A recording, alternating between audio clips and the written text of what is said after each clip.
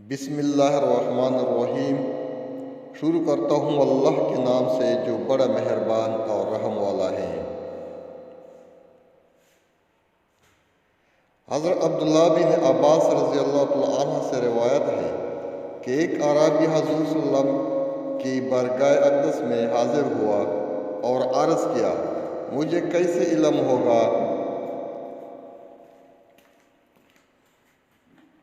کہ آپ اللہ تعالیٰ کے نبی ہے؟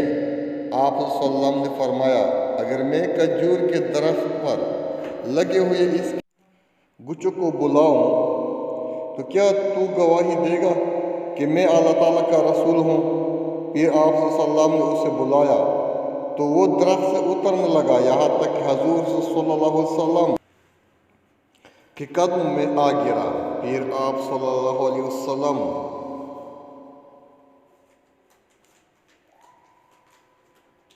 نے اسے فرمایا، واپس چلے جاؤ، تو وہ واپس چلا گیا۔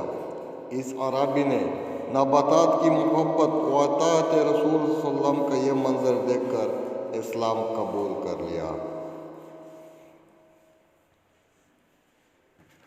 Thank you for watching.